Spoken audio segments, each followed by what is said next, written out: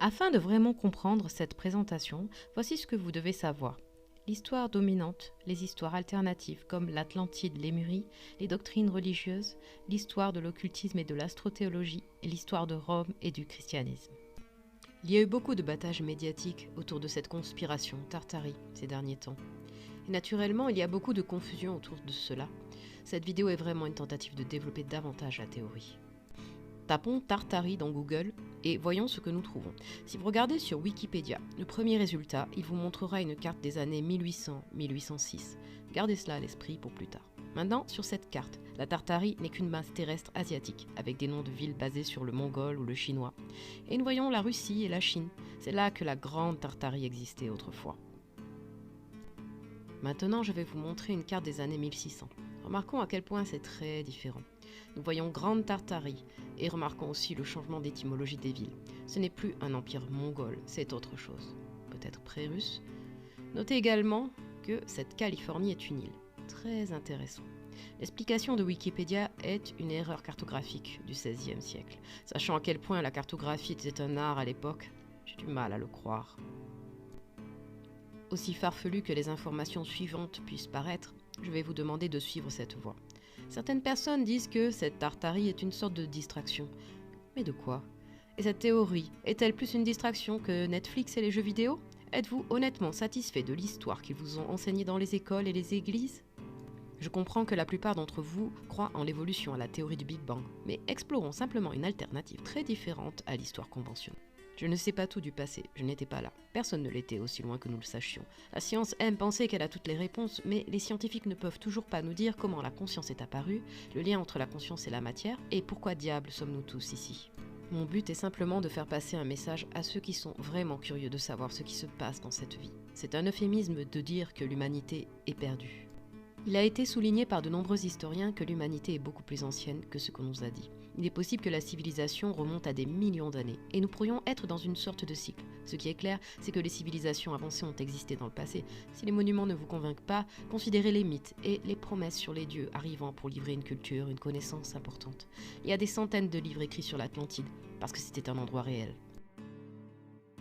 La première histoire dont nous entendons vraiment parler est de Platon dans Critias.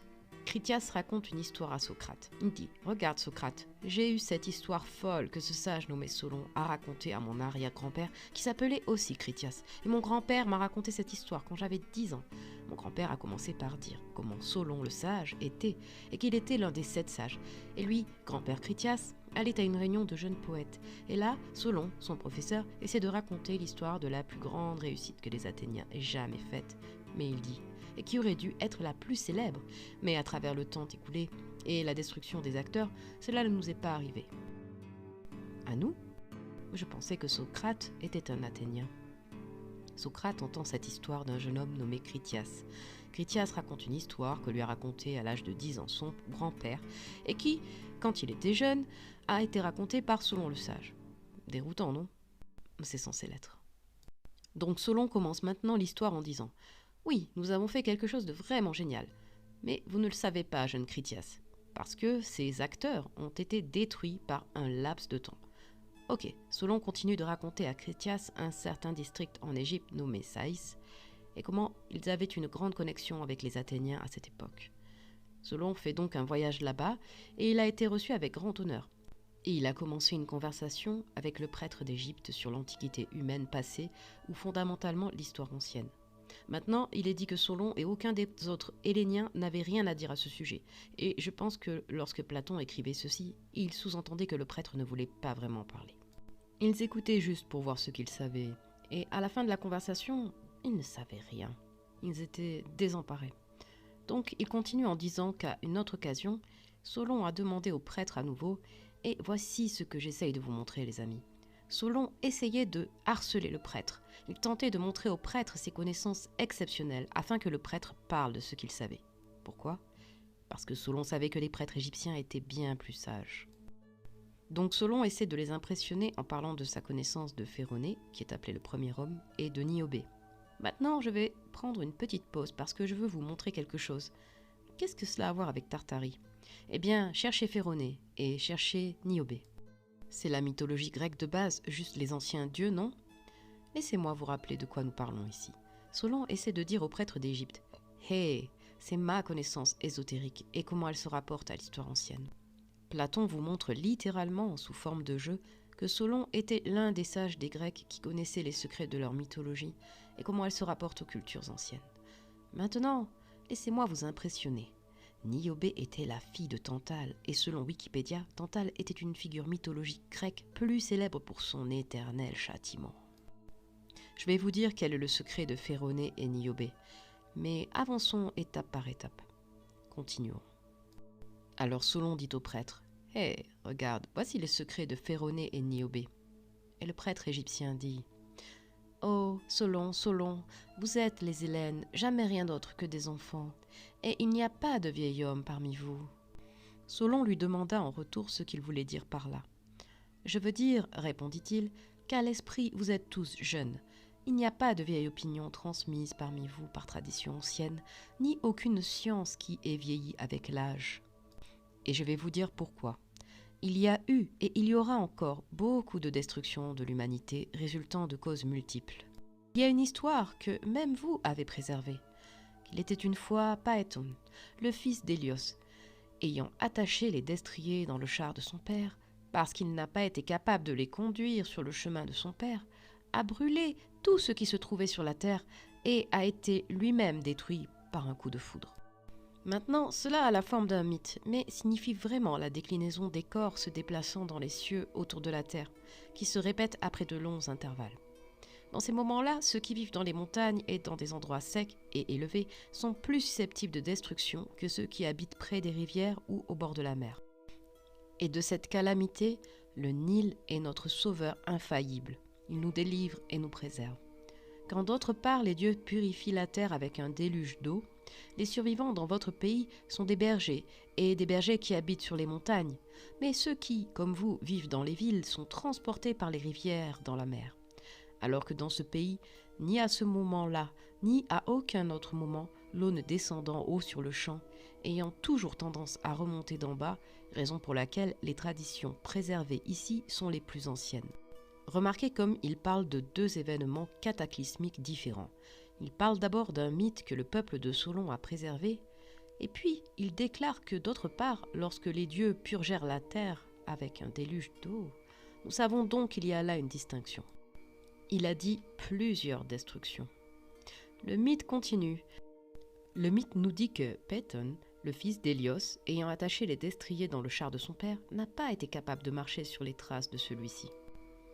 Cela pourrait-il signifier qu'une fois que la Tartarie est devenue un empire mondial, ses motivations n'ont pas suivi le même chemin que son prédécesseur, l'Atlantide ? Et parce qu'il ne pouvait pas suivre les traces de son père, ou rester aussi intègre que l'était autrefois la grande Atlantide, le char a brûlé tout ce qui était sur terre, et elle-même, la Tartarie, a été détruite par la foudre. Se pourrait-il que l'Atlantide ait été détruite à cause de la progression naturelle à travers les âges, et peut-être que la Tartarie a été détruite pour ses mauvaises intentions ou sa mauvaise prise de contrôle. Après le déluge de l'Atlantide, cette grande nation a essayé de recréer l'Atlantide une fois de plus. Seulement, il y a dû y avoir une incitation pour que la civilisation tombe dans un cataclysme.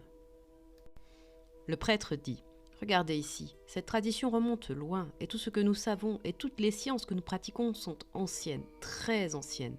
Nous avons préservé nos sciences. » Il a appelé les enfants des Grecs en disant « Il n'y a pas un seul homme parmi vous. » Et rappelez-vous, c'est Platon, d'où nous tirons toutes nos sciences.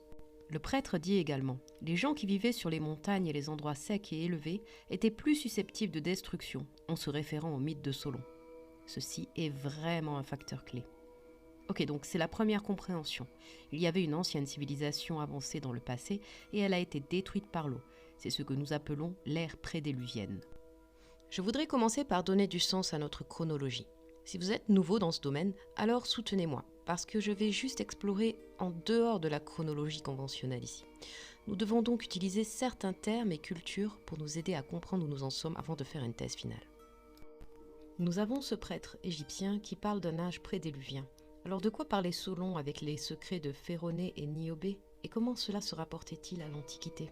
En faisant des recherches sur cette thèse pour tout cela, j'ai eu l'idée de rechercher l'étymologie gaélique pour tartare. Voyons ce qu'il dit.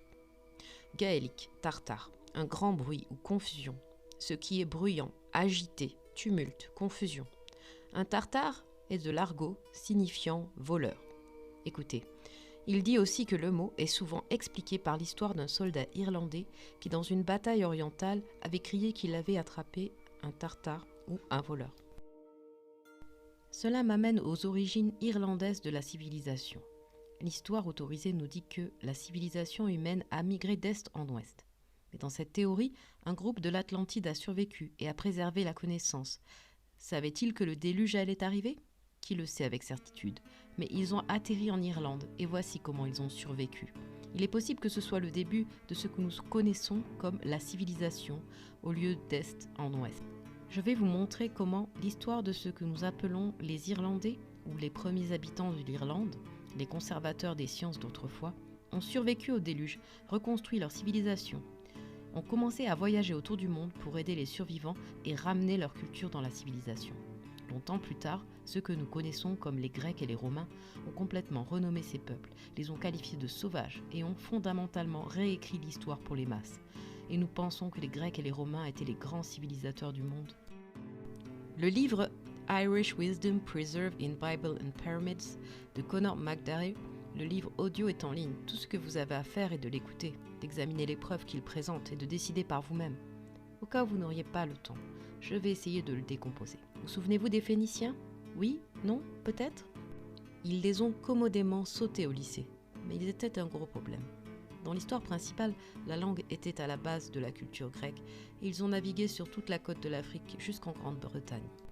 Ils étaient des explorateurs des mers avec des navires perfectionnés. Mais quand vous regardez dans un livre d'histoire, vous obtenez des images de gens très primitifs et inintelligents. Phénicien était un nom de couverture, et vous allez voir cela se produit beaucoup à travers l'histoire romaine des Grecs et des Romains. Ils ont simplement rebaptisé l'Irlandais phénicien et ils ont été presque oubliés. Vous pouvez trouver plus de connexions aux Celtes et aux Phéniciens en fonction de leur langue ici sur ce site simplement appelé phénicia.org. Conor McDarry déclare: dans leur grand pèlerinage missionnaire, ils ont fait le tour du monde afin de donner la religion et la connaissance de Dieu aux différentes races de l'humanité. Ils ont également établi des sacerdoces et donné des alphabets aux races qui n'étaient pas éclairées en la matière jusqu'à cette époque. L'Irlande est le pays dans lequel les arts et les sciences ont été découverts et développés pour la première fois. À ce pays, les Grecs ont appliqué le terme « OG », un terme qui n'a jamais été donné qu'aux très anciens, et c'est à des Irlandais, ariens, que les Grecs ont retracé leur descendance. À l'heure actuelle, le terme arien est mal interprété. Il n'a pas été conçu pour signifier race. Les Irlandais ont transmis la connaissance en tant que guide spirituel. Aria signifiant classe supérieure ou statut. C'est là que nous obtenons Indo-Arien, où les Irlandais ont atterri et doivent avoir partagé cette information avec la culture de la vallée de l'Indus. Les preuves suggèrent qu'ils étaient les enseignants spirituels du monde antique après le déluge. C'est pourquoi toutes les religions sont basées sur l'astrothéologie. Vous avez le culte du soleil partout dans le monde, comme les Mayas, les Aztèques, les Amérindiens, les Sumériens, les Babyloniens, les Chinois, les Japonais, les Celtes, les Turcs, et ainsi de suite. Le terme Aria est dérivé du bélier, le premier signe du zodiaque. Le bélier, Aries ou Ram en anglais. Le symbolisme du bélier est la connaissance de Dieu, l'El. Quand Moïse est descendu du mont Sinaï, il était cornu, ce qui signifie qu'il avait acquis des connaissances. Même Michel-Ange le représente dans sa statue de Moïse. Le mot pyramide, pi, ram, id, signifie pouvoir paternel du bélier. Dans la culture égyptienne, de nombreux pharaons ont pris le nom de Ram ou Ramsès pour montrer leur connaissance de Dieu. Dans le christianisme, il a été modifié pour être l'agneau de Dieu, mais le symbolisme du bélier et sa signification sont profondément enracinés dans presque toutes les religions du monde. Conor McDarry déclare: c'est au mage irlandais que nous devons la découverte du feu et des céréales communes qu'ils développaient à partir des herbes. Ils ont été les premiers à pratiquer l'agriculture. Ils ont inventé des outils communs de fabrication qui nous sont parvenus pratiquement inchangés depuis ces temps anciens. Il ne fait aucun doute sur les monuments laissés par les Irlandais qu'ils étaient autrefois les dirigeants et les maîtres de la terre entière. Leur domination englobait tous les pays du monde. L'Irlande fut la première maîtresse des mers.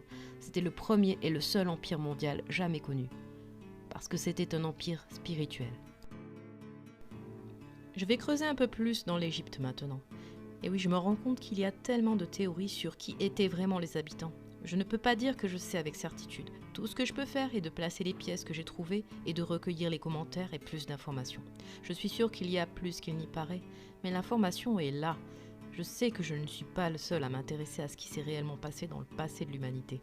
De l'étymologie gaélique, l'Égypte signifie la terre des Coptes ou la terre coptique. D'autres le dérivent de Am et Yurt, le vautour noir, la couleur de cet oiseau étant, selon eux, caractéristique du sol ou de ses habitants. Revenons à l'histoire de Critias en Égypte. Solon est donc à Sias, et il parle à l'un des prêtres. Maintenant, pour rendre cela un peu plus clair, laissez-moi vous expliquer. Le sage et la civilisation de l'Égypte de l'époque étaient très probablement d'un teint plus sombre. Nous ne savons pas, c'est certain, mais il est évident pour moi que Solon avait la peau claire, du moins on ne le dit à rien. Mais il n'était pas de la même époque, n'est-ce pas? Il était de plusieurs générations après la première race d'hommes qui a débarqué en Irlande après le déluge et a redistribué la connaissance à l'humanité à travers le monde. Et c'est de cela que parlait le prêtre. Il parlait à Solon de son peuple, les Irlandais ou les Chaldéens, les Phéniciens, les Babyloniens, n'importe lequel des nombreux noms qu'on leur a donnés. Selon les cartes des années 1600, le plus grand empire était le grand empire tartare. Je ne sais pas de quelle culture il s'agissait. Je ne dis pas que c'est une culture irlandaise. Je viens combler les lacunes afin que nous puissions comprendre pourquoi le tartare est associé à l'étymologie irlandaise et comment il est apparu. Dans la mythologie grecque, Niobe est un mythe de Tartarie et sa destruction. Et Solon pensait que Phéronée d'Argos en Tartarie était par conséquent l'endroit d'où l'homme venait. Phéronée devait être un roi qui avait survécu au désastre tartarien et redistribué la connaissance à nouveau, mais cette fois d'est en ouest. C'est pourquoi dans l'histoire du courant principal, on nous enseigne ceci. Parce que c'est ce que les Grecs pensaient, c'est ce que Platon a écrit. Eh bien, je vais deviner et dire que Platon était une figure inventée, mais nous y reviendrons. Le prêtre n'était pas impressionné par Solon, parce que les Hellènes ou les Grecs ont volé toute cette connaissance. Ils n'avaient pas de connaissance préservée, ils ont volé la connaissance, l'ont rebaptisée et l'ont prise pour eux-mêmes. Non seulement cela, mais Solon ne savait même pas d'où venait son propre peuple. Le prêtre fait référence à l'Occident en Europe et en Irlande, juste après le déluge, bien avant les empires de la Grande Tartarie. Les Irlandais étaient responsables de la conservation de la musique, du secret de la vibration sonore, de la langue, de l'occulte, du tarot que les Juifs ont tourné vers la Kabbale, de l'Arctique avancé et des mégalithes de pierre, de la géométrie, des mathématiques, etc., de toutes les sciences. L'astrothéologie est la clé. C'est la raison pour laquelle toutes les religions spirituelles ont des philosophies similaires envers le monde matériel. La civilisation n'a pas commencé par hasard au Moyen-Orient. Peut-être qu'avec cette vision alternative, cela peut expliquer comment des traditions similaires sont présentes dans le monde entier. Danse, mode, spiritualité, cuisine, médecine naturelle, magie et architecture. Après un certain temps, cela est devenu un empire mondial, avec la Grande Tartarie établie à l'Est, la Russie moderne. Il n'est pas clair à cette époque si Tartarie, à son apogée, était contrôlée par les Irlandais ou si elle avait été détournée et que l'abus délibéré du Grand Empire avait été récompensé par le feu et le tonnerre. Et si cela est proche de la vérité, est-il possible que nous ayons manqué de temps ? Je veux dire qu'après tout, notre calendrier et notre temps sont basés sur l'astrologie, puis finalement déterminés et promulgués par les civilisateurs de la société. Ce n'est vraiment pas fou de supposer que le temps a été construit par ces fonctionnaires qui ont pris le contrôle de l'ancien empire. Et je parle après le déluge. Il y a tellement de confusion parce qu'il y a eu plusieurs cataclysmes sur la Terre. Et cela a été oublié par la race humaine. Je ne parle pas d'inondation, je parle de tremblements de terre et de choses qui tombent du ciel. Et qui sait quoi d'autre ? Ce ne sont pas juste des histoires, et ce dernier empire mondial, peu importe comment on l'appelait, Irlandais, Tartare, ou la confusion, ou les voleurs, a été détruit et volé par les Grecs/Romains. Et puis ils ont conquis et maudit ces nations pour toujours en détruisant leurs terres et en réécrivant leur étymologie. Le mot phonie, faux, étant dérivé de phénicien, n'est qu'un exemple. J'ai des raisons de supposer qu'il y avait une grande culture en Amérique et cela sera encore prouvé au fur et à mesure que nous avançons. Mais regardons à nouveau les cartes. Je veux vous montrer ces montagnes juste à côté de Salt Lake City. enfin où cette ville est censée être. Ici, c'est un lac qui n'est plus là maintenant. C'était extrêmement grand et je peux imaginer qu'il était très beau. C'était au sommet d'une montagne qui devait culminer très haut et ça coulait tout droit vers le Pacifique. Maintenant, rappelez-vous ce que le prêtre a dit à propos des gens qui vivaient sur les montagnes. Il a dit qu'ils périssaient et je suis sur le point de vous dire pourquoi. Parce que quand les tremblements de terre arrivent, et les comètes arrivent, et les inondations arrivent, ce sont les pires endroits pour être. Parce que l'eau coule des hauteurs extrêmes, mélange le sol et crée une rivière massive, une masse solide. C'est probablement ce qui s'est produit. Le mythe de Solon, Féronée, parlait de la destruction de la Tartarie. Il y avait une sorte de cataclysme, et cela aurait pu être partout dans le monde, en Asie, en Amérique du Nord. C'était grand. Et il y a beaucoup de preuves pour montrer que cela s'est produit littéralement dans les années 1800. Oui, je sais, cela semble fou. Mais ce que je veux dire est complètement fou. Mais faites-moi confiance et je vous guiderai à travers cela. Pour faire court, la Tartarie a été détruite il y a entre 300 et 400 ans. Ça peut être plus ou moins, je ne sais pas. Mais il y a eu un événement de rupture mondiale qui a provoqué des tremblements de terre et des inondations de boue dans le monde entier. Et cela a été dû à une comète qui a été invoquée par la magie noire, par un groupe maléfique. Cela a secoué le monde et les gens étaient déprimés et désemparés. Et rappelez-vous, ce n'est pas le déluge de la Bible, c'est après. Et c'est pourquoi cette théorie est si importante en ce moment. Nous avons vraiment besoin de nous interroger de qui nous sommes, ce qui s'est passé dans notre histoire et qu'est-ce qui se passe ici. Eh bien, commençons par les Romains et les Juifs. Et s'il vous plaît, si vous êtes Romain ou Juif, ne vous en offusquez pas. Je sais pertinemment que tout le monde a de la bonté dans son cœur et il est difficile d'exprimer ça avec un seul mot, mais je suis sûre que vous avez fait vos recherches. Et l'histoire devenant sombre, aucune autre culture ou race n'a été expulsée de plus de pays que les Juifs, selon l'histoire qui nous a été transmise. Il y a vraiment une histoire sombre ici, et je ne peux pas vraiment m'y attarder sur cette chaîne, mais cela explique tellement de choses. Les Juifs ont pris la connaissance des Irlandais, et ils étaient fondamentalement un culte de la connaissance originelle des druides. C'est la Kabbale, c'est le tarot originel et les symboles qui sont venus des prêtres ariens de l'Empire mondial après le déluge. Ils ont commencé à pratiquer une magie très noire, et fondamentalement, par le sacrifice et d'horribles idéologies religieuses, les anciens Juifs ont déformé et perverti la connaissance des Irlandais. Maintenant, je ne sais pas si la magie noire a été utilisée dans la destruction au nom de la Tartarie, mais vous me dites ce qui s'est passé. La Tartarie pourrait avoir été remplie de gens pacifiques, parce qu'après le combat, ils étaient si faciles à soumettre par les soldats romains. Les Romains étaient les vrais Tartares, c'étaient eux les voleurs. Ce que nous connaissons comme la Tartarie n'est qu'un mensonge. Les Romains et les Grecs l'ont nommé ainsi en utilisant la langue des Gaulois. Pourquoi ? Eh bien, nous devons nous pencher sur un personnage important, connu sous le nom de Joseph, et comment il a influencé Rome. Sur Wikipédia, si vous recherchez Flavius Joseph, il est dit « Pendant la première guerre israélo-romaine, les Romains combattaient les forces juives en Galilée. Maintenant, la Galilée n'est qu'une connexion, même si elle est en Israël. Cependant, restaurons simplement la connexion. Donc que se passait-il ? Avant que le christianisme n'ait commencé, les Romains y eurent la dernière et la plus longue bataille avec les druides. Eh bien, les druides étaient les Juifs qui ont détourné les enseignements des Celtes gomérites et les ont volés pour leur propre voie perverse, sont devenus corrompus et ont commencé à sacrifier. C'est pourquoi nous entendons parler de cela à Carthage et à Rome pour plaire à Jupiter. Et cela devient sombre, mais continuons. Les Gomérites étaient le peuple irlandais, et cela a dû arriver longtemps après que la Tartarie ait été détruite. Alors, qu'est-ce qui s'est passé ? Toute cette connaissance que nous avons n'est que la connaissance de l'âge après la catastrophe de Tartarie, ou l'histoire de Tantale, le père de Niobé. Mais voici la clé pour comprendre toute cette conspiration. Ce n'était pas le peuple de l'Atlantide, et je le prouve à travers Platon. Platon peut avoir été inventé. Il est tout à fait possible que les civilisations gréco-romaines n'aient jamais existé, et quel que soit l'empire qui était le coupable derrière la destruction délibérée de la Tartarie, ou peut-être que c'était un accident, mais quoi qu'il se soit passé, quelqu'un a effacé toute l'histoire après que cela se soit passé.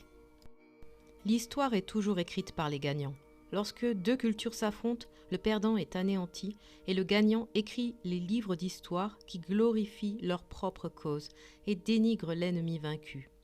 Comme Napoléon l'a dit un jour, qu'est-ce que l'histoire sinon une fable convenue? Dan Brown, le Da Vinci Code. Récapitulons. Il y a eu un déluge. Le monde entier est devenu sombre et a été perdu. La civilisation irlandaise était celle qui a préservé la connaissance de l'Atlantide, l'a distribuée à travers le monde, et il y avait une civilisation mondiale. C'est quand la Tartarie existait.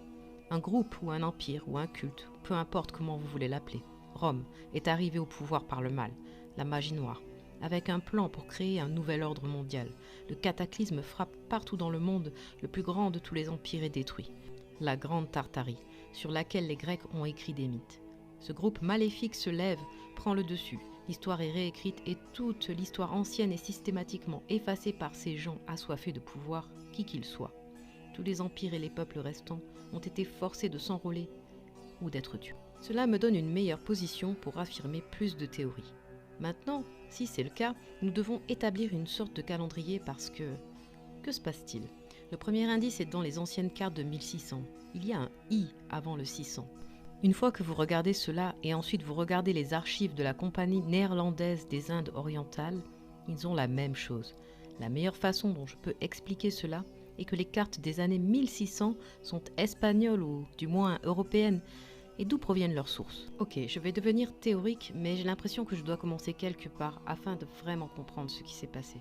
Ce que nous connaissons comme la Renaissance, l'Union européenne formée après Rome, à partir de l'Allemagne, puis de l'Espagne, etc. Tout cela est une fabrication. Il est bien connu que de nos jours, Shakespeare n'était qu'un personnage. Et combien encore notre histoire compte-t-elle de ces personnages de fiction? Et regardez, s'il n'est pas réel, alors peut-être que nous devrions tous arrêter d'agir comme si nous savions tout, parce qu'avec tous les mystères non résolus du monde, cela montre vraiment à quel point nous comprenons peu. Avant que la Tartarie ne soit détruite, rappelez-vous que j'ai dit mondiale, donc ils étaient en Europe. Et c'est pourquoi vous voyez des architectures folles qui se ressemblent avec des variétés uniques. Mais c'est toujours la même idée, partout en Asie, en Europe et en Amérique du Nord. Ce que nous connaissons comme les Grecs ou les Romains, s'ils existaient, était un peuple qui entrait dans les villes d'une grande nation et essayait de brouiller ce qu'il pouvait des restes et dominer les victimes restantes du cataclysme. Une question qui me dérange, et j'apprécierais toute contribution ou idée, est pourquoi les survivants restants de ce grand empire ne sont pas en mesure de riposter. Ils doivent avoir été ciblés ou quelque chose au-delà de la croyance s'est produit que nous ne pouvons pas comprendre aujourd'hui dans nos esprits modernes. Je voudrais partager avec vous ce livre que Flat Earth British a montré sur sa chaîne, et je pense que c'est une très grande clé. Nous avons donc ici une gravure des premiers alphabets des hommes, et j'aime vraiment la façon dont il y a ces différentes histoires décrivant comment la civilisation progresse. Alors notez bien ça pendant que je les parcours. Et tout ceci est symbolique au fait. Mais ce que nous allons voir, c'est que la plupart de ces langues ou alphabets sont basés sur un seul et unique. Et les Phéniciens sont à l'origine de tout ça.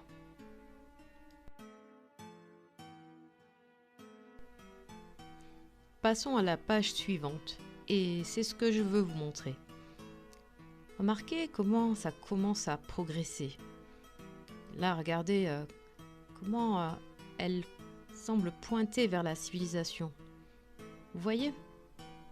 Et ce type-là qui ressemble vraiment à Jésus. Donc c'est le début de la période où on commence à voir ces petits bâtiments juste ici. Vous savez, quand on pense à la Bible, quel genre de bâtiment pense-t-on qu'il y avait à l'époque biblique? Vous voyez ce que je veux dire? Parce que c'est vraiment le sujet de cette vidéo. Il s'agit de cette étrange architecture victorienne qui semble être déplacée dans le monde entier. Donc, vous voyez, pourquoi ne pas regarder certains de ces vieux livres pour en savoir plus sur ces sujets?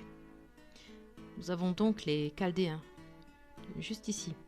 Et je trouve cela très intéressant. Nous les avons vénérés ou sacrifiés aux dieux. Et pourquoi ils montrent ça ici? Vous voyez ce que je veux dire? Nous savons beaucoup de choses à ce sujet dans l'histoire.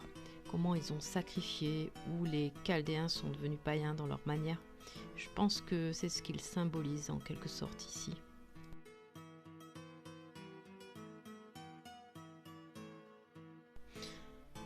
Mais avançons et allons à la page suivante. c'est parti. C'est ici que nous obtenons des réponses un peu plus précises. Donc maintenant, nous avons la Syrie et aussi les Phéniciens. Alors, qu'est-ce que c'est? Quand on pense aux Phéniciens, je ne me souviens pas de construction en forme de dôme.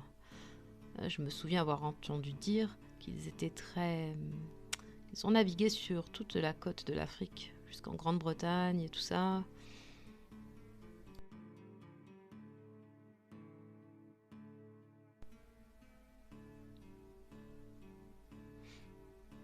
Qu'en est-il des Égyptiens qui arrivent juste après?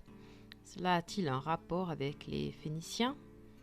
On ne voit pas vraiment une course représentée ici, vous voyez? On ne voit que ces architectures folles.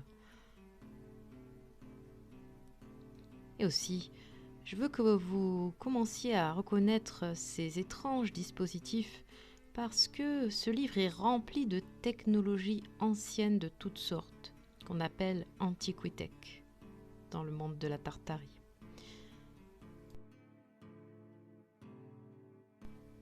Poursuivons. Nous avons donc les Chinois ici, les Arméniens et les Coptes, qui sont en fait un mélange plus ou moins entre les Grecs et les Égyptiens. Donc oui, allons de l'avant. Nous voyons aussi ces petites choses, comme s'il y avait des sculptures bizarres à plusieurs saints partout. Ça, je pense que ça représente en fait la Phénicie. Ce qui est dit, c'est je suis l'alpha et l'oméga, je suis le début et la fin, et c'est le nouvel âge, le nouveau commencement, la nouvelle histoire. C'est ce que dit ce livre, et il tente de réécrire la civilisation passée, de lui donner un sens. Enfin, c'est ce qui semble être. Et aussi, voyez quel genre de système de gravure ou d'impression ça peut être. On ne peut pas vraiment le dire dans ce cas, mais regardons d'autres exemples.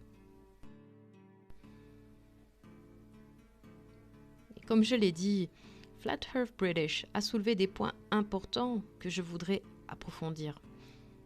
Et regardez, celui qui a dessiné ça est vraiment d'un niveau supérieur. On a ces milliers de personnes différentes qui font leur propre action. Et honnêtement, ça me rappelle un peu la 3D. Et une sorte de simulation informatique. Enfin, je veux dire, comme vous entendez parler de toutes sortes de dispositifs dans le passé qui étaient automatisés, en quelque sorte, et en fait, il y a cet autre livre dans lequel je vais entrer dans une seconde.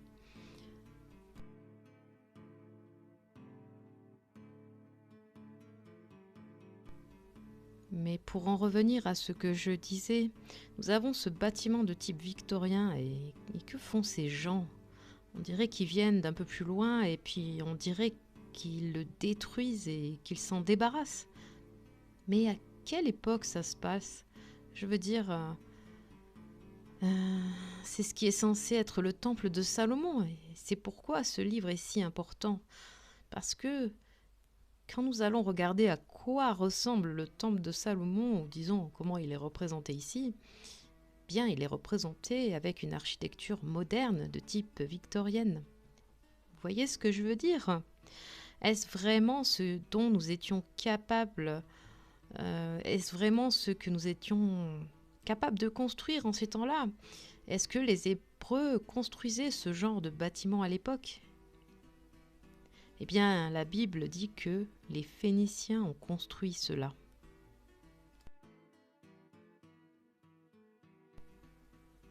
Et comme je l'ai dit dans la première vidéo, les Phéniciens sont les Irlandais. Donc, les Irlandais ont construit ceci. Phénicien est juste un nom de couverture. C'est comme un petit bouc émissaire. Il crée l'histoire de quelqu'un qui n'a jamais vraiment existé. Alors, pourquoi la langue gaélique n'a-t-elle pas été mentionnée parmi ces langues? Voulez-vous savoir pourquoi? Parce que c'est un livre romain, ou supposément, n'est-ce pas? Ce que je pense, c'est que qui que ce soit qui a écrit ceci ou sorti cette information est après la Tartarie. Ou ce que nous savons de la Phénicie ou des Irlandais, ou peu importe comment vous voulez l'appeler.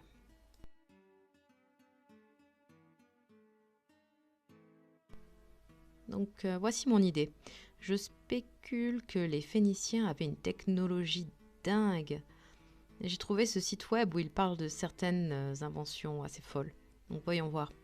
D'autres dispositifs créaient l'illusion de statues parlantes, d'automates musicaux mécaniques actionnés hydrauliquement, de la harpe éolienne qui a été remise au goût du jour et vénérée par les poètes romains anglais, de l'appareil auditif et de l'aera musarithmica, un ordinateur mécanique primitif capable de composer de simples compositions aléatoires, ainsi que d'écrire des messages en chiffres, de calculer la date de Pâques de n'importe quelle année et de concevoir des fortifications.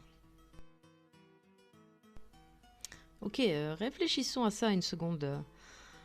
Je me souviens avoir entendu ça à l'école. Ils avaient des ordinateurs et on pensait à des cadrans solaires et des trucs comme ça. Mais comment ces trucs fonctionnent en fait? Bien, ce livre vous montre toutes sortes de technologies, comme un appareil qui crée des mélodies tout seul, une statue parlante. Je veux dire, j'ai l'impression qu'en fait, on ne comprend pas. Nous avons ces instruments et ça ressemble à une sorte de lecture des lignes de la main en intégrant avec de l'astrologie ou autre chose. Et puis il y a ces grands bâtiments et puis une sorte d'appareil qui est connecté à la statue qui parle, comme si c'était une sorte de téléphone ou de mégaphone. Voici les références astrologiques de l'oreille. Alors je vais commencer à supposer que nous avons toutes ces gravures qui ont un aspect spécifique, c'est vrai.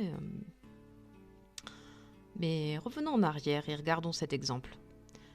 Voyez, on peut venir ici, zoomer et étudier ça. Et je me demande s'il est possible qu'il y ait une sorte de système de dessin automatique. Je n'essaye pas d'être super sceptique, mais soyons réalistes. Il y avait quelque chose qui pouvait calculer des compositions musicales, et on pourrait penser que s'il ne pouvait pas faire de la photographie, il trouverait quelque chose. Donc, si ce sont eux qui construisaient tous ces bâtiments si grands et si magnifiques, je suppose qu'ils ont peut-être laissé une sorte de technologie d'impression, ou qui sait. Et les gens qui sont venus et ont commis ce meurtre de masse, je veux dire, c'est un truc fou là qui s'est passé. Et pourquoi font-ils ça? Il y a des connaissances secrètes ici et je crois que les Juifs de Jérusalem, ceux qui ont survécu et qui sont restés dans ce temple massif créé par les Phéniciens, eh bien, ils voulaient avoir accès à ce que les Hébreux cachaient. Et c'est ce qu'on appelle les guerres romaines. Voilà ce que c'est. Des trucs fous, sombres et horribles. Et pourquoi cela est-il arrivé ?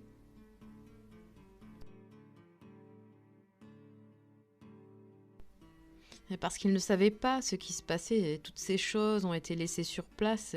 Toute cette magnifique architecture. Et vous pouvez voir toute cette sorte de boue. Qu'est-ce que c'est que tout ça? Tout est ruiné.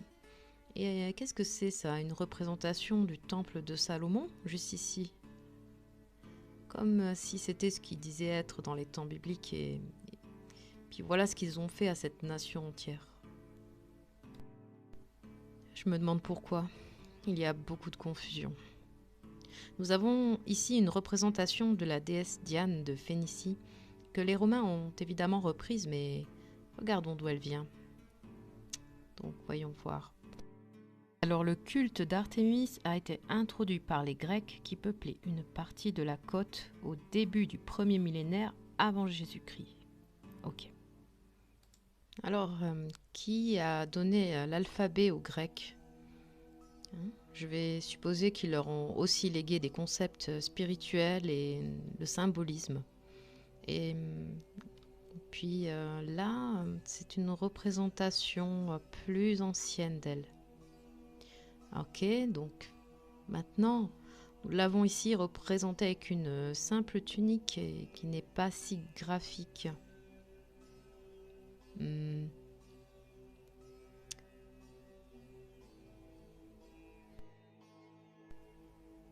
Ici, nous avons une représentation plus ancienne de la Statue de la Liberté et ici aussi une représentation ancienne de la Statue de la Liberté. Et ça ressemble à une sorte d'appareil de lévitation magnétique. Donc vous verrez ces étranges dispositifs un peu partout. Et je pense que ce sont des symboles. Celui qui a créé ça l'a manipulé pour en faire une sorte d'arcane et je ne sais même pas si la technologie ressemble à ça. Ok, mais il y en a un autre. C'est le fasces, d'où vient le mot fascisme. Alors le fasces, c'est le faisceau de licteurs en français. Alors ici, nous avons cet instrument qui est en fait un instrument de torture, hein, ce petit dispositif. Voilà, c'était une sorte d'onde mortelle, une arme sonore et qui avait plusieurs fluides qui pouvaient se mélanger et faire de sérieux dégâts. Je pense que ça pouvait blesser quelqu'un. Je veux dire, ce n'est pas la façon la plus efficace de construire une hache. C'est ce que j'essaye de dire, hein. C'est du symbolisme et quelqu'un s'y connaissait ici. Donc, nous avons le temple de Salomon qui, selon la Bible hébraïque, a été créé par les Phéniciens en raison de leur capacité artisanale. Alors, je pense que ça, c'est juste une couverture. Et regardez la taille de ça, cet ange-là. Voilà, ça c'est un ange. Et on va le comparer à la taille du temple. D'accord ? Donc ça, si c'est un ange, on peut être à peu près au quart de la taille qui est représentée ici. Voilà, en gros, c'est énorme. Alors nous faisons un zoom ici, et puis nous voyons le symbolique astrologique de l'homme, de l'aigle, du bœuf et du lion. Tout cela remonte à l'Irlande. Donc je pense qu'il parle des Phéniciens, mais qu'en fait, il s'agissait des Irlandais. Alors commençons à faire des liens. Dans le livre du mormonisme, nous avons cette illustration. Et je veux vraiment lier tout ça parce qu'une fois que vous regardez dans la Tartarie, vous voyez toute cette architecture étrange et ces similarités. Et une fois que vous savez de quoi parle le livre du mormonisme, vous pouvez commencer à chercher certains indices. Et je pense que cela en est un. Donc je suppose que ça s'appelle la Liahona, mais je ne sais pas trop. En tout cas, ça représente l'orbe dans la croix. Hein, c'est en tout cas ce sur quoi c'est basé. Et la raison en est que dans le livre des Mormons, une tribu de Jérusalem essaye d'échapper à un souverain sévère et Dieu leur dit qu'ils doivent vite partir d'ici. Donc j'ai la citation ici et la voici. Le matin, mon père se leva et se rendit à l'entrée de la tente. À son grand étonnement, il vit sur le sol une boule ronde d'une facture curieuse. Elle était en laiton fin. À l'intérieur de la boule se trouvaient 2 fuseaux, dont l'un indiquait le chemin que nous devions suivre dans le désert. Donc en fait, cet appareil est bien plus qu'une boussole. Il indique une direction spécifique. Ils l'ont trouvé et ils ont dirigé toute leur famille vers le Nouveau Monde. Alors ce que je veux dire, c'est que les Mormons savaient qu'il y avait une ancienne civilisation en Amérique qui construisait des structures étonnantes. Et je suppose que le livre des Mormons est une sorte de propagande pour la nouvelle réinitialisation après tout ce qui s'est passé. Alors, ce que nous avons, ça, là, c'est le temple de Salt Lake et tous ces bâtiments majeurs qui, selon Wikipédia, ont été construits par les Mormons, alors que moi, je crois vraiment que tout ça a été construit par ces gens. Et j'irai encore plus loin dans l'explication de cette étrange technologie que nous ne comprenons pas, mais je veux d'abord commencer par ce petit indice. Je crois que cette tribu qui venait de Jérusalem est en fait les Phéniciens. Alors, commençons à relier les points ici. Donc, les Phéniciens ont construit le temple de Salomon, et on a vu que c'était très moderne, non ? Donc, on peut supposer que leurs compétences en construction dépassaient tout ce que nous connaissons de l'Ancien Monde. C'est peut-être pour cela que nous ne savons pas qui ils sont et qu'ils ont un nom d'emprunt. nous essayons de comprendre qui sont les Phéniciens, mais en fait, ils n'ont pas de nom, c'est juste un nom inventé. Ce sont les Irlandais qui sont venus en Amérique avec cet appareil pour échapper à un dictateur fou. Ils ont commencé à construire la plupart des villes que nous connaissons aujourd'hui. Donc ok, ce n'est que le début, mais je vais vous en dire plus et puis vous donner plus de détails au fur et à mesure. Mais je veux construire des petites étapes pour nous parce que ce truc, c'est pas un sujet facile, hein. Il n'y a pas de guide pas à pas pour comprendre ce genre de choses. Donc j'essaye de vous donner des petits éléments de base. Et puis maintenant que nous avons compris qui étaient les Phéniciens, le lien entre l'Irlande et la Tartarie dans la première vidéo, je vais vous parler d'une architecture folle qui n'a aucun sens. Alors ça, c'est l'une des plus anciennes cartes qu'on peut trouver sur Internet et puis elle est tellement parlante. Rappelons-nous, les Phéniciens ont construit le temple de Salomon et puis nous allons voir beaucoup de villes ici. Cette carte, elle est à l'envers, hein. Probablement pour causer encore plus de confusion dans la Tartarie, n'est-ce pas? Donc ouais, c'est complètement à l'envers. Donc ici on a l'Inde, puis la Russie, l'Europe est ici, à l'est, et puis à droite de l'écran, l'ouest. Puis ici c'est l'est. Donc je suis toujours en train d'étudier, d'essayer de comprendre cette carte. Mais pour l'essentiel, si vous regardez cette carte et que vous survolez les alentours, vous trouverez quelques grandes villes, dont une en Asie, mais pour moi la plus grande est ici. Puis je pense que sur cette carte, l'échelle compte car il doit s'agir d'une sorte de carte plus ancienne décrivant ce à quoi ressemblait ce continent il y a longtemps. Parce que lorsqu'on va à Rome, bien pourquoi est-ce qu'on ne voit pas quelque chose comme ça? Je veux dire, cette carte, elle date des années 1400 et voilà, là c'est Bologne. Ok, donc on va en reparler, mais ouais, c'est étrange. Comme si ça s'était étendu depuis la Tartarie et puis voilà, là il y avait la Galilée, hein, donc puis maintenant on a tous ces bâtiments et ces villes insensées. Donc là, on a l'ancien Rome, l'ancienne Église, l'ancien Empire. Donc s'ils étaient si importants sur la côte, on pourrait penser qu'ils auraient pu facilement naviguer vers l'Amérique. Ok, donc récapitulons. La Tartarie, qui est devenue une civilisation mondiale, est le fruit de la diffusion des connaissances par les Irlandais et les Arabes dans le monde entier, qui sont devenus les Phéniciens d'aujourd'hui. Donc je crois que cette race aryenne, ou la civilisation qui l'a suivie, possédait des connaissances avancées. Je parle de connaissances de la nature, de la réalité, du soi et du magnétisme. Et cela explique le grand nombre de bâtiments, d'architecture qui ne correspondent pas à l'explication et à l'histoire que l'on nous raconte. Dans la Bible, il est question de la tour de Babel et du fait qu'il n'y avait qu'une seule langue parmi les hommes. Serait-ce la raison pour laquelle nous étions si avancés ? Se pourrait-il que les gens de cette époque étaient plus passionnés, on pourrait dire obsédés par la beauté de l'esprit et les manifestations matérielles? Serait-ce que la Bible laisse présager en référence à ce qui a détruit ces gens?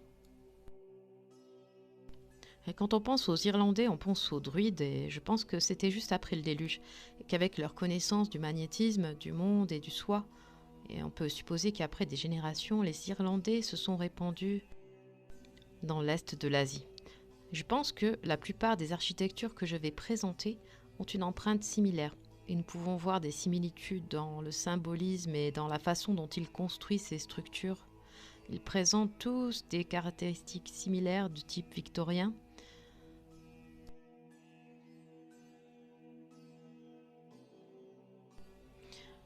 Alors, commençons par la tour de Babel.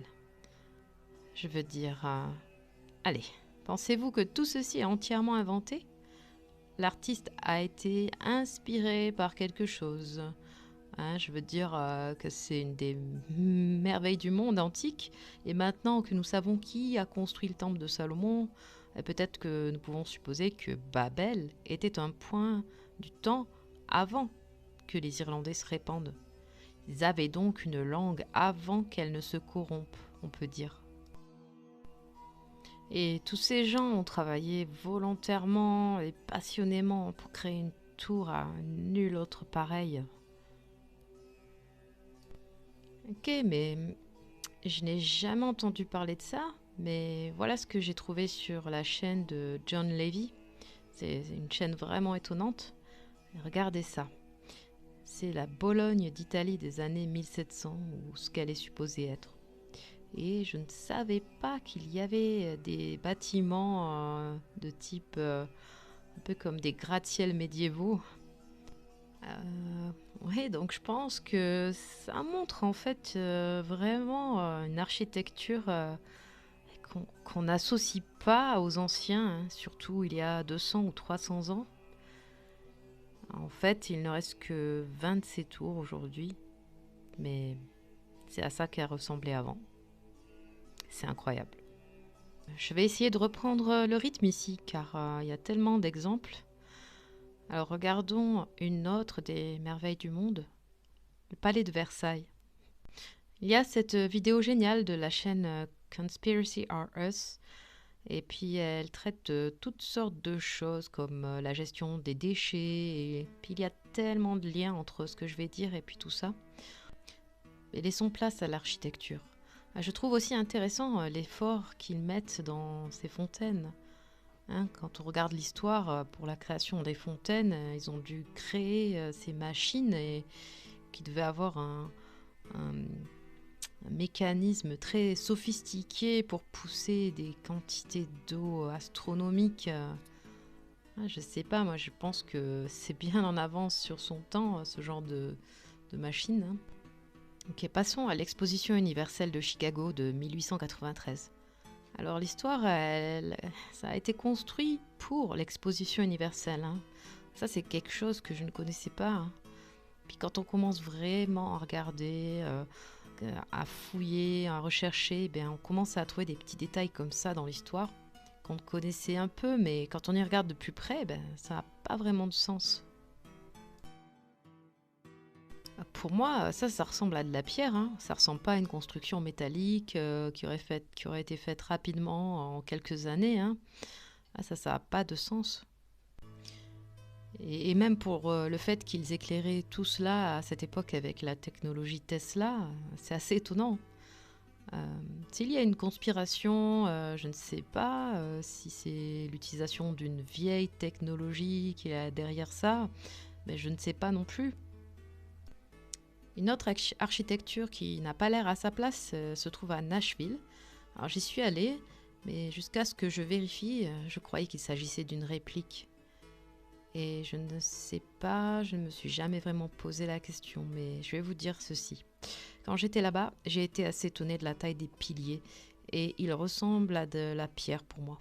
Et je me souviens avoir pensé, pourquoi aurait-il une réplique? Vous voyez ce que je veux dire? Parce qu'ils ont l'air si parfaits. Oui, je ne veux plus croire à l'histoire officielle, je veux poser des questions. Je n'essaye pas de dire que je connais la réponse, hein, mais je veux me poser des questions. Donc nous allons mettre des photos de construction. Je connais les photos de Nashville, hein, mais c'est juste qu'il y a une tendance spécifique à la plupart des photos de construction. Hein, c'est un peu, ça a l'air un peu terminé quand même. C'est juste pas suffisant, si vous voyez ce que je veux dire. Ce n'est pas une preuve. Alors pour ceux qui seraient nouveaux et qui ne comprennent pas vraiment de quoi il s'agit, en fait, ce que nous connaissons sous le nom de Rome ou de la Grèce, et c'est fondamentalement l'histoire avec laquelle nous avons été nourris par la Grande-Bretagne et l'Amérique. Mais toute cette histoire, c'est une invention. Et là, je vais essayer de vous montrer ça avec une histoire alternative du monde, dans laquelle l'Empire tartare, ou quel que soit le nom de cette grande civilisation, on peut les appeler les Phéniciens, les Irlandais. Donc cette civilisation est responsable de la plupart des architectures des villes européennes telles que Rome, Paris, Madrid, et aussi de villes américaines, donc San Francisco, New York. Et au 19e siècle, quelque chose de fou s'est produit, non? Quand on nous dit que l'Amérique est fondée en 1776, Ça, c'est vraiment quand la Tartarie est tombée. Et il y a probablement eu une sorte de reset, une réinitialisation, et puis ils sont en train de reprendre le contrôle. Mais bon, on va y venir. D'accord, donc c'est plus qu'une simple architecture. Je dirais que c'est le premier indice. Le deuxième est que beaucoup de ces bâtiments ont été réaffectés en bâtiments spirituels, ou ce que nous appelons des églises. Je ne suis pas sûre que c'est ce à quoi ils étaient destinés à l'origine. Beaucoup de ces églises ont des orgues intégrés dans les églises, et c'est tout à fait cohérent. Comme l'architecture doit avoir pris la vibration sonore en considération lors de la construction de ces temples. Il y a une artiste qui étudie les sons visuels tridimensionnels dans les églises. Et ce qu'elle a découvert, c'est que dans ces vieilles églises, il y a ces enregistrements de type fractal qu'elle retrouve aussi dans l'eau. Elle a différentes techniques pour ça. Et c'est ce qui se passe quand elle fait des sons dans ces églises également. Elle retrouve les mêmes motifs. Ma théorie est que ces églises sont construites avec des vibrations sonores par la pensée, par l'esprit. Et parce qu'ils savaient que cela a un effet sur le corps et sur l'âme. C'est comme si ces temples faisaient rebondir le son à l'infini, et les personnes qui ont créé ces structures savaient que cela avait un effet sur le corps. Je veux dire, certaines de ces structures sont magnifiques, vraiment. Vous voyez ce que je veux dire? Et le fait qu'ils y aient appliqué une signification spirituelle, le nombre d'or, les proportions parfaites, et puis nous devons prendre en considération le fait qu'ils ont pris le temps de décorer et d'ajouter tous ces détails ornementaux et des sculptures massives juste pour glorifier cette beauté. Je veux dire, c'est insensé. Et je pense honnêtement qu'il y en a beaucoup plus qu'on ne pense qui a été détruit. Je veux dire, pensez juste à la carte que je vous ai montrée. Aucun de ces trucs n'est là maintenant. Pensez aussi aux sculptures de l'exposition universelle de Chicago. Il y a ce livre fou que je connais depuis longtemps, mais je ne fais que lier à toutes les choses que j'apprends. Et ce livre s'appelle Natural Magic de John Battista. Il y a tellement de choses. Je veux dire, je pourrais faire tellement de vidéos juste sur ce livre, et je vais peut-être le faire. Mais une chose en particulier que je pense qui est liée ici à ce sujet de la Tartarie, il est mentionné qu'ils avaient l'habitude d'avoir une sorte de dispositif en cuivre qui émet des sons dans une ville, un peu comme une trompette qui prend le vent et le transforme en vibration sonore naturelle. Rappelez-vous ce que je disais à propos de l'église. Et je pense que ça a affecté le corps de tout le monde dans leur atmosphère. Et je dis ça parce que dans cette vidéo spécifique de Conspiracy Are Us, il y a ce mystère de pourquoi il n'avait pas de salle de bain. Mais bon, je ne vais pas m'étendre sur ce sujet maintenant. Mais enfin, ça c'est vraiment un point important, le début vraiment de toute cette conspiration. Alors continuons maintenant avec l'ingénierie qui n'a pas de sens pour le moment. Alors nous avons parlé de la grosse machine de Versailles et du fait que les fontaines n'ont pas vraiment de lien avec l'époque à laquelle elles ont été créées et tout ça. Et il semble qu'il y ait eu beaucoup d'efforts pour construire ces machines juste pour être capable d'avoir ces fontaines. Mais il y a aussi ces canaux en Amérique du Sud et au Pérou qui ne correspondent pas vraiment à l'époque où ils ont été créés. Nous avons également des routes ferroviaires, des plans de ville et des rues qui étaient déjà là et que nous avons en quelque sorte repris et utilisés comme base. Nous avons aussi des starforts et c'est quelque chose que je ne connaissais pas avant de commencer à m'intéresser à l'histoire alternative. Il y en a partout en Amérique et même la statue de la liberté est sur un starfort. On ne nous parle pas vraiment de ces choses.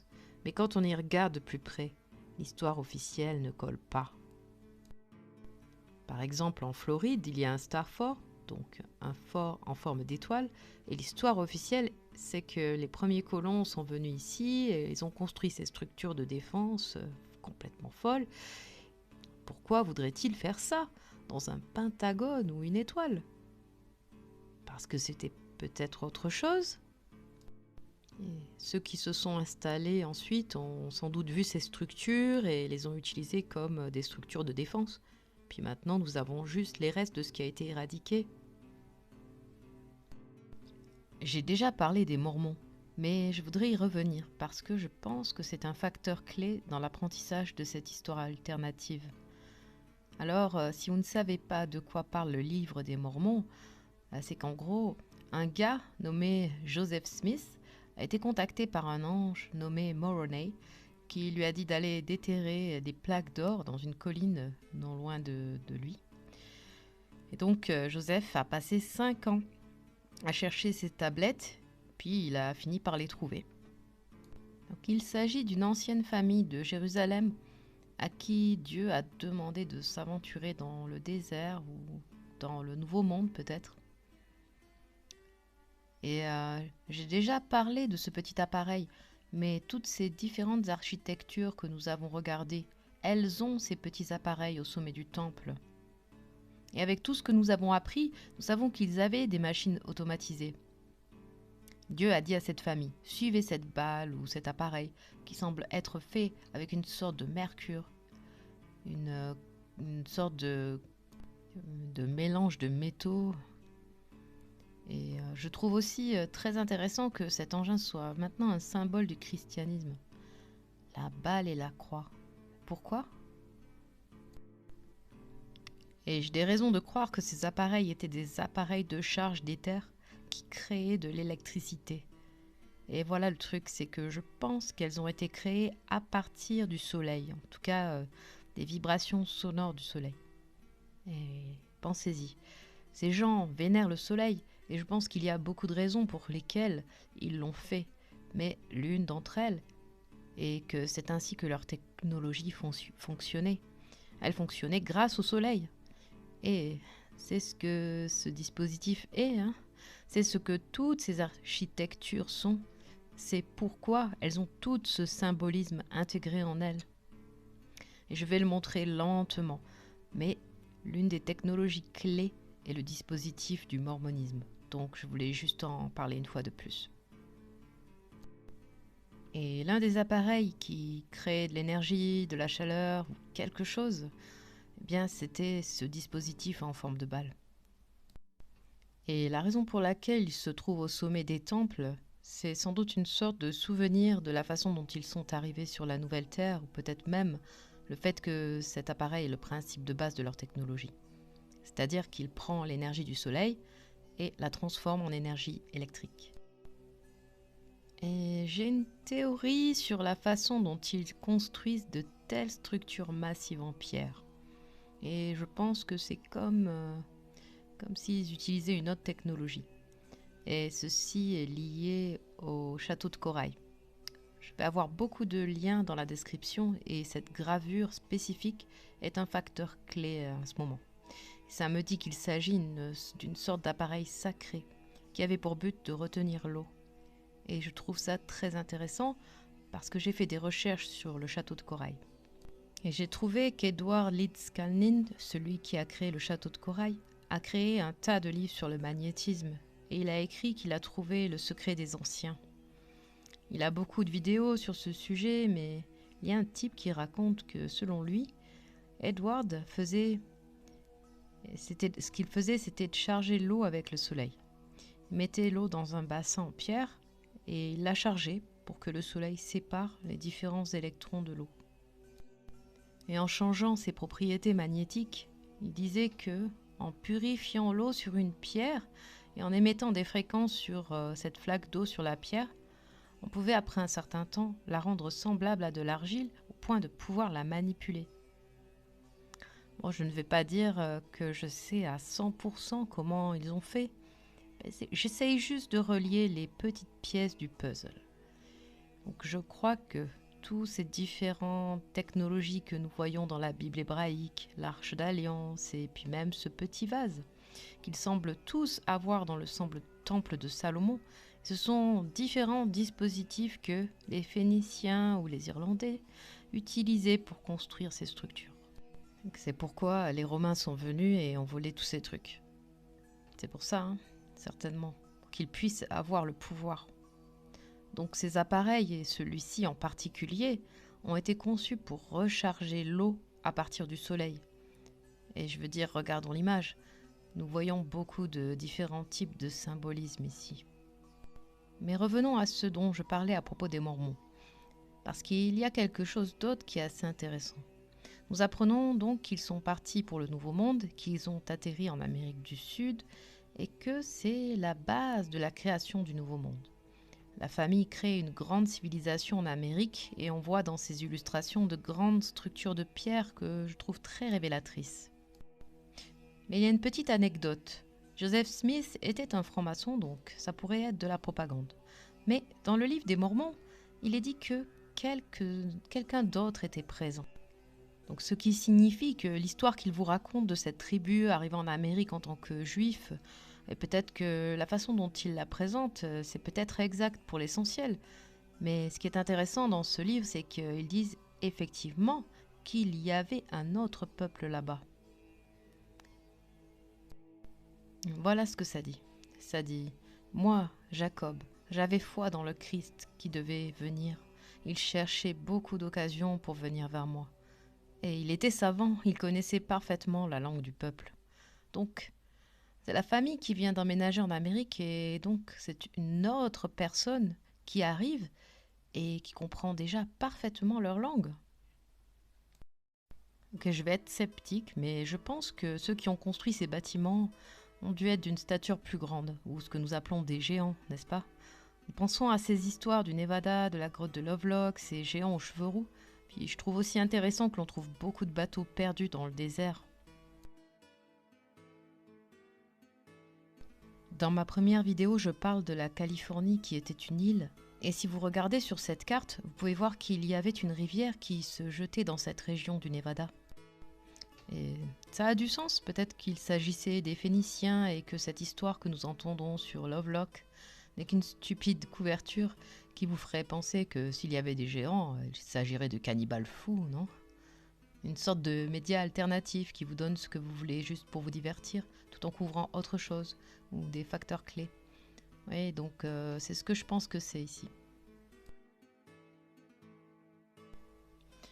Maintenant que nous en savons un peu plus sur les Mormons, allons-nous vraiment croire que, dans le peu de temps qu'ils ont passé en Amérique, avec des charrettes tirées par des bœufs sur une période de 20, 40 ans, ils ont construit tous ces incroyables temples? Moi, je ne crois pas.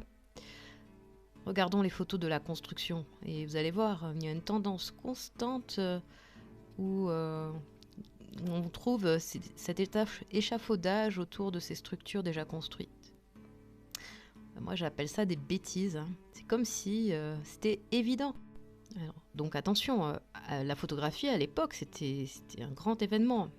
Ça n'a rien à voir avec le fait de sortir son appareil photo de sa poche et de prendre une photo. Hein. Non, ça devait être prévu bien avant. Donc regardez, si vous tapez Salt Lake City pour apprendre l'histoire de la ville, bien la première chose qu'on montre Wikipédia, c'est des photos de construction du temple de Salt Lake. Mais pourquoi ils font ça? Eh bien parce que c'est la première chose qu'ils veulent que vous voyez. Ils veulent que vous pensiez que ça a été construit en 1800 ou 1900, enfin peu importe, ça n'a pas d'importance. En fait, c'est un très vieux temple, un temple magnifique. Et devinez quoi? Je vais supposer que c'est un rapport avec l'histoire de Joseph Smith. Regardez ce joli garçon, Joseph Smith. Vous pensez vraiment qu'ils ont construit ce temple? Vous me dites qu'ils l'ont fait?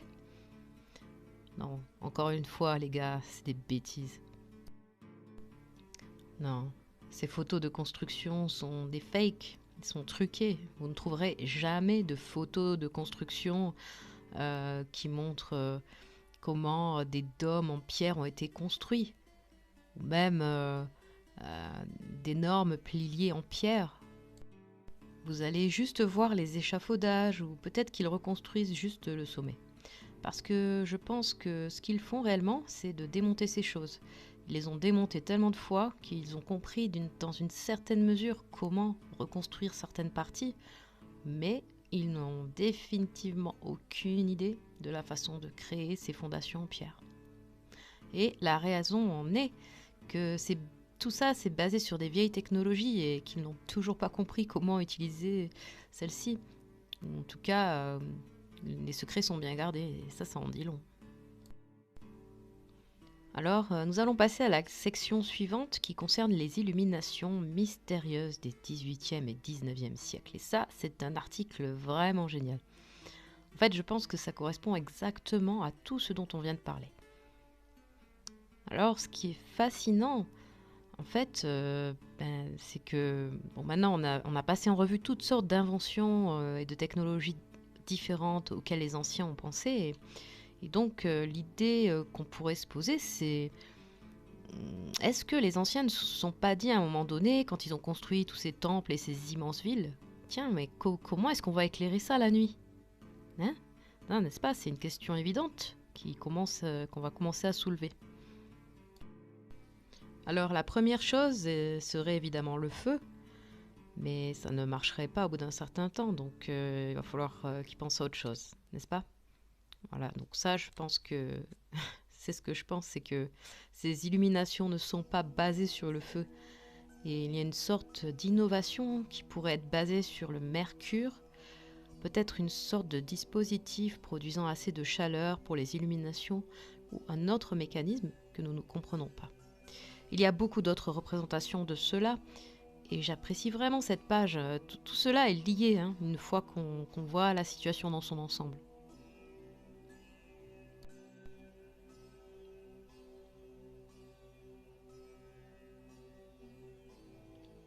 Là, regardez tous ces appareils différents situés en haut des immeubles. On les trouve un peu partout. Alors, ce que j'en déduis, c'est qu'ils avaient la capacité d'éclairer toutes ces structures à grande échelle. Et ce n'était pas du feu. C'était une sorte de réaction chimique incandescente et qui était utilisée probablement pour les grands événements. Il y a une raison pour laquelle on ne nous en parle pas.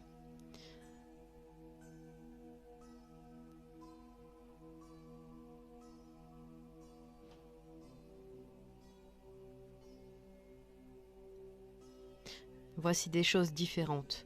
Ici, on dirait des vases qui s'illuminent pour produire de la lumière. Donc voilà, ce sont juste différentes idées, différentes façons de penser pour créer de la lumière. Et puis c'est juste une autre petite pièce du puzzle finalement pour comprendre qui les anciens étaient vraiment et ce dont ils étaient capables. Puis en fait, je ne pense pas que notre imagination soit à même de comprendre ce qu'est vraiment la réalité. Je pense que nous serions vraiment stupéfaits si nous comprenions ce que les anciens étaient vraiment capables de faire. Très bien, maintenant nous allons passer à l'énergie libre. Et je pense que ça pourrait être une partie où je vais perdre certains d'entre vous. Mais ce n'est pas vraiment si fou si nous nous accrochons et ouvrons nos esprits un peu. Parce que c'est comme si c'était un terme constant dans l'histoire. Nous avons toujours essayé d'inventer un mécanisme qui pourrait être basé sur l'énergie libre. Et on ne peut même pas déposer un brevet sur un type d'appareil à énergie libre. C'est dire à quel point c'est ridicule. Ok, j'ai compris, je vois tous les commentaires. Mais ça m'est égal parce que je sais que c'est comme si nous essayions de comprendre des choses vraiment très éloignées. Et je pense que pour cela, nous devons nous aventurer hors de notre cosmologie et de notre façon de voir la réalité. Et je pense que l'une de ces choses pourrait être l'énergie libre, le magnétisme et peut-être même l'antigravité. Tous ces concepts pourraient aider à expliquer le mystère de la Tartarie, des anciennes civilisations ou même des pyramides. Nous ne comprenons pas comment les anciens faisaient certaines des choses qu'ils faisaient. Et souvenez-vous des gravures du début de la vidéo. C'est comme si nous n'imaginions pas les jours bibliques comme ça. Nous n'imaginons pas qu'ils avaient ces magnifiques bâtiments. Ou du moins, moi je n'ai pas fait ça. Je ne l'ai pas imaginé. Mais je suis sûre que quelqu'un qui a fait des recherches pourrait dire que ceci est évident. Mais je ne pense pas qu'on nous dise ça à l'école. Une des raisons est que l'énergie libre n'est pas commercialisable. Oublions l'aspect société. Je pense que ça remonte à la cosmologie. L'idée de l'énergie libre vous montre qu'il y a un Dieu. C'est l'idée. Je parle des gens qui ont généré ce type de technologie. Et ces gens-là étaient très spirituels. Et c'est la base de toutes nos religions, n'est-ce pas? Donc revenons à l'énergie libre. Mais avant cela, finissons-en avec ces maisons sorties de nulle part. Des objets d'art élégants et des cheminées étranges. Donc tout ce que nous connaissons comme l'âge d'or, c'est de la propagande comparé à tous ces buildings phéniciens, n'est-ce pas? L'histoire traditionnelle est que l'économie était en plein essor et qu'un tas de gens riches construisaient tous ces immeubles de luxe partout en Amérique, n'est-ce pas? Lorsque nous regardons en ligne, nous constatons qu'il est dit que ces entrepôts sont construits dans entre 10 et 20 ans. Mais là encore, on voit qu'il n'y a pas de photos de construction et nous verrons seulement quelques échafaudages.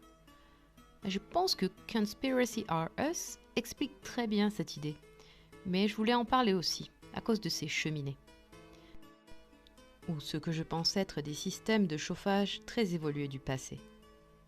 Donc remontons au temple de Salomon. Donc les Phéniciens construisaient ces temples modernes de taille énorme, ok. Donc maintenant la question c'est, quand il fait froid, comment est-ce qu'ils vont chauffer cet endroit? Ils ont manifestement chauffé certaines avec du feu, ils avaient peut-être d'autres technologies. Et maintenant, nous allons entrer dans quelque chose qui va avoir beaucoup de sens, sachant tout ce que nous savons. Ces cheminées étaient dotées d'un système de chauffage qui fonctionnait à partir de plaques de métal et d'un dispositif que l'on retrouve dans toutes ces cheminées.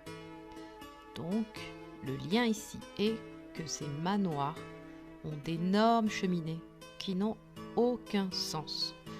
Tout d'abord, elles sont trop grandes et beaucoup d'entre elles ont des peintures juste au-dessus de l'endroit où sort la chaleur. Ce qui ne semble pas être une bonne idée. Et l'idée même d'une cheminée ne semble pas très intelligente, car l'air passe directement dans la cheminée, l'air chaud ne chauffe pas la maison, et la maison reste plus froide. Il fera seulement chaud autour des foyers. Alors ces manoirs étaient immenses, et lorsqu'ils voulaient organiser des rassemblements de nombreuses personnes, il fallait qu'ils trouvent un autre moyen de chauffer ces énormes maisons. Et je ne pense pas qu'il s'agissait de bois brûlé. Nous voyons donc ces étranges appareils qui ressemblent beaucoup à ce que je montrais dans le livre des Mormons, non? La balle et la croix. Et comme je le disais tout au long de cette vidéo, cet appareil a été la base de beaucoup de technologies. Mais celui-ci est spécifiquement un type de dispositif magnétique, quelque chose fait de cuivre et de mercure, dont les propriétés magnétiques lui permettent de fonctionner seul, et peut-être par le biais d'une sorte de réaction solaire ou chimique. Et par lui-même, il commence à produire de l'électricité, et quand on a trouvé ça, on a peut-être un peu oublié la façon dont on l'utilisait. Et je ne comprends pas vraiment comment il les appliquait aux tâches de maçonnerie de pierre, comme la façon dont il soulevait les pierres ou faisait certaines choses. Mais bon, on peut spéculer, non? Alors il est possible qu'il puisse chauffer les pièces avec ces dispositifs, et puis la façon dont il le ferait, c'est que ces deux dispositifs, il y en aurait un positif et un négatif, et qui serait magnétique par nature et générerait de la chaleur. Et ça chaufferait ces plaques qui se trouvent au fond des foyers, au lieu de brûler du bois et des produits chimiques. Et puis ils ont également intégré ces types de dispositifs au sommet des bâtiments, ça on l'a déjà vu plusieurs fois. Et peut-être parce qu'ils pourraient transformer ces temples en dispositifs de chargement d'énergie pour charger toutes leurs différentes inventions. Peut-être. Peut-être qu'ils avaient donc besoin de lumière, ils avaient besoin de chaleur, et puis de quoi d'autre pouvaient-ils avoir besoin? De statues parlantes ou bien de téléphone? Peut-être qu'ils avaient différents dispositifs pour communiquer.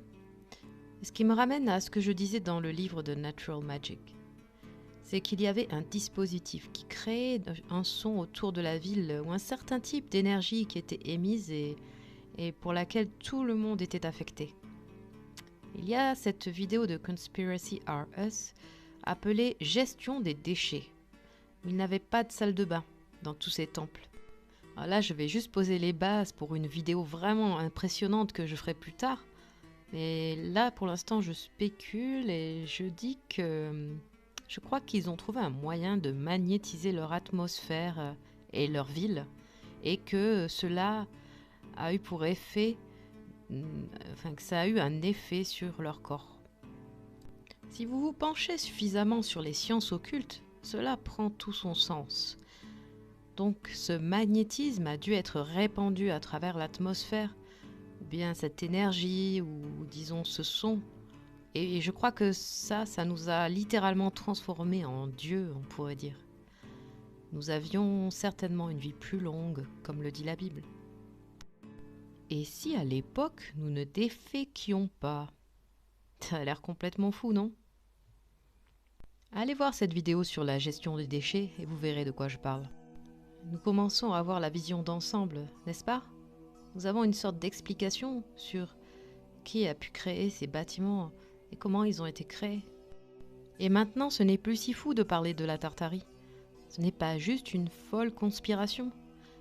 Et même si vous avez été élevé dans le système scolaire et que vous n'avez jamais remis en question l'histoire de l'origine de ces villes, vous pouvez maintenant, avec une vue d'ensemble, commencer à poser des questions et à vous intéresser à cette cosmologie pour essayer de comprendre si cela a vraiment pu se produire.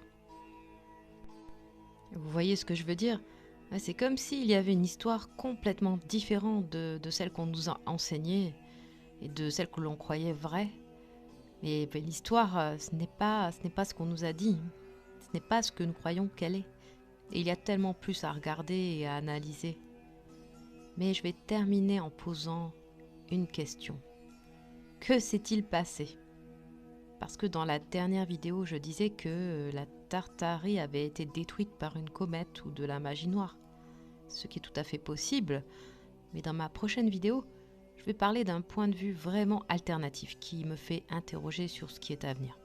Je m'interroge sur la nature de la concision, sur la façon dont nous progressons dans la civilisation et sur le caractère délibéré ou non de la destruction de la Tartarie.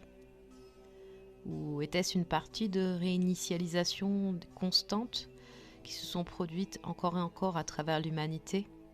Ou est-ce que ça faisait partie des réinitialisations successives qui se sont produites encore et encore à travers l'humanité? Je pense qu'il y a tellement plus que tout ça. Peut-être que Rome nous a fait une faveur et c'est une autre vidéo que je prévois de faire. Tu n'es pas considéré comme un sujet de droit et dans leur cerveau malade, ça justifie le fait que on te nomme en tout capital. Parce que capitis diminutio maxima, tu n'es pas un sujet de droit, tu es une marchandise et du bétail. Semblent des marqueurs biologiques qui différencient un homme biologique d'une femme biologique. Les références et allusions que je fais constamment à ces différents marqueurs ne sont pas anecdotiques. Ils s'inscrivent dans un ensemble bien plus vaste que quelques vagues ressemblances ici et là. On voit sur des bâtiments qui ont été excavés que la proportion qu'on pressent dans ce bâtiment-là, qu'en fait il doit être plus haut, elle se retrouve dans des bâtiments qui étaient comme celui-là et qui ont été excavés et qui ont effectivement 1 ou 2 étages sous le niveau du sol, cohérent avec l'ensemble du bâtiment. Il y a au cœur de chaque microclimat un cristal de silicium qui en fait, si vous voulez, le porteur de toutes les informations génétiques héritées et acquises de notre vie. Et c'est présent sur chaque microclimat. Il est atteint, je sais pas s'il a fait exprès de mettre le symbole du soleil rouge derrière l'anagramme avec toi. Et Soral, tu vois, c'est l'anagramme de Sol, Ra.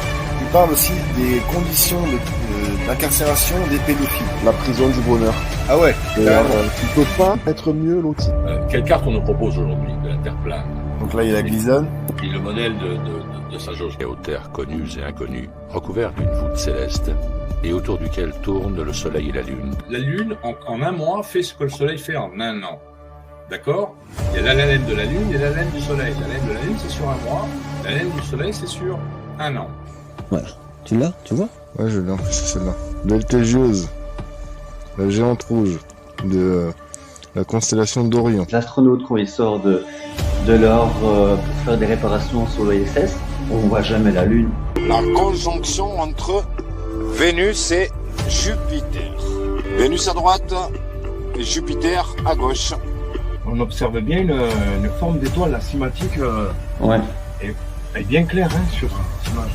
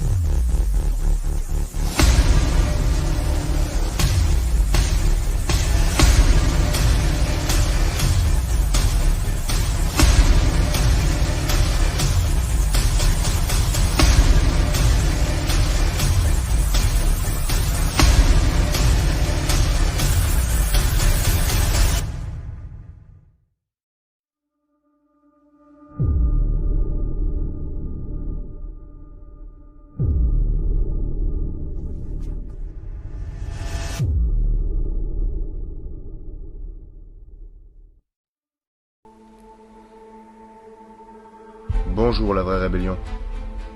Je sais que vous vous dites qu'il n'y a plus d'espoir. Moi je dis que ceux qui organisent tout ce qui nous arrive ont déjà perdu. Il nous faut un nombre pour accomplir ce que eux les terrifie. Notre union. Peu importe ce que vous avez fait, comment vous vivez, et les vices que vous avez. Repentez-vous et rejoignez notre cause. Pour avoir ce nombre, il nous faut réveiller ceux qui sont réveillables. Ceux qui peuvent se remettre en question. Surtout, ceux qui peuvent et qui veulent voir tous les mensonges. Tous ceux qui veulent aider doivent être pédagogues avec leurs amis, leurs proches, leurs collègues et leurs voisins. Il faut leur donner envie de chercher. C'est à vous de trouver les sujets qui les questionneront. Amenez-les à la réflexion. Que vous soyez jeune, vieux, pauvre, riche, noir, blanc, en intérim, en CDI, au chômage, au RSA, SDF, policier, gendarme, avocat, juge, soignant, fonctionnaire, youtubeur, gilet jaune, croyant, athée ou un être vivant naturel, dire la vérité est un acte de rébellion. Qui ne dit mot consent. Il nous extermine. Arrêtez d'aller manifester. Et d'écouter ceux qui vous disent d'y aller. N'allez pas au conflit. N'ayez pas l'envie de tout casser. N'écoutez pas ceux qui vous disent d'aller vers une révolte armée. Tous ces pseudo-alerteurs sont là pour vous perdre et vous occuper. Arrêtez de les idolâtrer. Ce sont des agents de l'opposition contrôlée. Vérifiez tout ce que je dis. Faites vos propres recherches. Bientôt ils seront tous jugés. Tous. Ayez confiance. Faites ce qui vous semble juste. Suivez-moi et tout vous sera révélé. Prenez soin de vous et de vos proches. Je vous aime, la rébellion.